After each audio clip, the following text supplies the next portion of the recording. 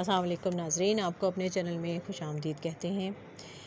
رمضان کے چلنے والے اسپیشل ڈراموں میں سے ایک ڈرامہ دل والی گلی میں، جو کہ ایک بڑے ہی دلچسپ اور ایک چھوٹے سے موضوع پر لیکن بہت ہی حساس اور لوگوں کو اپنی طرف متوجہ کرنے والا ٹاپک ہے، جس پہ یہ ڈرامہ جو ہے وہ بنایا گیا ہے۔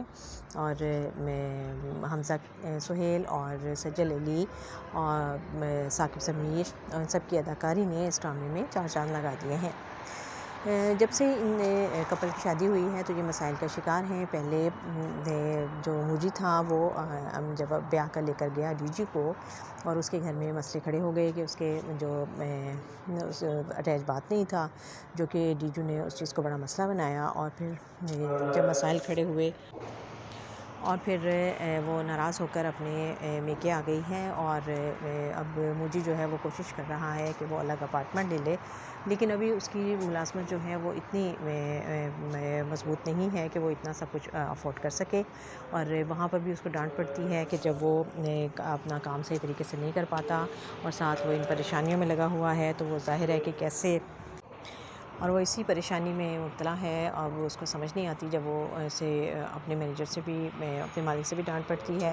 اور اس نے تو ایک دفعہ میں اسے کہا کہ تم یہ جو میں اپنا شعبہ جو ہے اس میں کام نہیں کر رہے ہو صحیح طریقے سے، تمہیں میں گودام میں بھیج دیتا ہوں، تم وہاں پر جا کر کام کرو۔ اب وہ اس پریشانی میں تھا۔ ادھر جو ڈیجو جو ہے وہ بھی اپنے گھر میں کوشش کر رہی ہے کہ اس کو اپنے بھائی یا بہن سے وہ کمرہ جو ہے وہ لے سکے، اور جہاں آرام سے موجی جو ہے وہ رات کو آرام تو کر سکے اور سو سکے۔ تو اس نے اپنے بھائی سے یہ ڈیل کرنے کا فیصلہ کیا، اور بھائی سے بات کرتی ہے، اور اس کا بھائی جو ہے وہ اس سے چالاکی میں دو ہاتھ آگے ہیں۔ تو وہ اسے کہتا ہے کہ ٹھیک ہے، میں تمہیں یہ دینے کے لیے تیار ہوں، اور اس کے لیے تمہیں یہ کرنا ہوگا کہ مجھے رینٹ دینا ہوگا 2000 ایک دن کا، اور اس حساب سے تمہیں اگر ایک ہفتہ رہنا ہے تو مجھے 14000 تمہیں دینا ہوں گے، اور ایڈوانس بھی لوں گا میں۔ اور وہ مان جاتی ہے اس بات پہ، کمرے کو صاف کرتی ہے، سب کچھ ٹھیک ٹھاک کرتی ہے، اور موجی کا انتظار کر رہی ہے، اور وہ انتظار کرتے کرتے سو جاتی ہے۔ اور پھر جب رات کو دیر سے موجی، چونکہ اس کے موٹر بائک بھی اس کی خراب ہو جاتی ہے، بیچارہ اس کو دھکیلتا ہوا پیدل چلتا ہوا آتا ہے، اور جب وہاں پہنچتا ہے تو وہ دیکھتا ہے کہ سب سو چکے ہیں، صرف باہر اس کا بھائی بیٹھا ہوا ہے، چھوٹا ڈبو بیٹھا ہوا ہے۔ تو وہ اسے کہتا ہے کہ جاؤ مجھے ایک گلاس پانی تو لا دو۔ وہ اس کی حالت دیکھ کر کہتا ہے کہ کیا کسی سے جھگڑا کر کے آئے ہیں آپ، کون جیتا؟ اور پھر اس کو کہتا ہے کہ آپ جا کے آرام سے اندر جا کے سو جائیں، اور وہ کہتا ہے، بڑا حیران ہوتا ہے کہ نہیں یار مجھے یہاں پہ تکیہ لا دو۔ تو کہتا ہے نہیں نہیں، آپ جائیں سوئیں جا کے آرام سے، کوئی مسئلہ نہیں ہے۔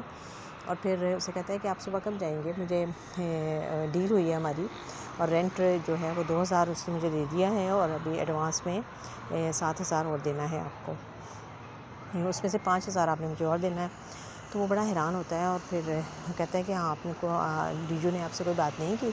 تو وہ سمجھ آتا ہے کہ یہ سارے معاملات کیا طے ہوئے ہیں۔ وہ کہتا ہے ٹھیک ہے، میں تمہیں صبح اٹھوں گا تو میں تمہیں بینک سے نکلوا کے دے دوں گا پیسے۔ تو کہتا ہے ٹھیک ہے، میرے پہ اسکول جانے سے پہلے آپ یہ کام کر دیں گے۔ وہ روم میں آتا ہے، اور چونکہ ڈیجو سو چکی ہے پہلے سے، تو وہ پھر نیچے ہی میٹرس بچھا کے سو جاتا ہے۔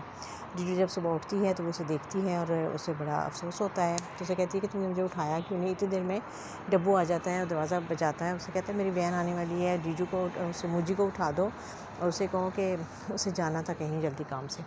وہ اس کو اٹھاتی ہے، اسے پوچھتی ہے، تو وہ کہتا ہے کہ ہاں مجھے جانا ہے، مجھے پیسے دینے ہیں اسے۔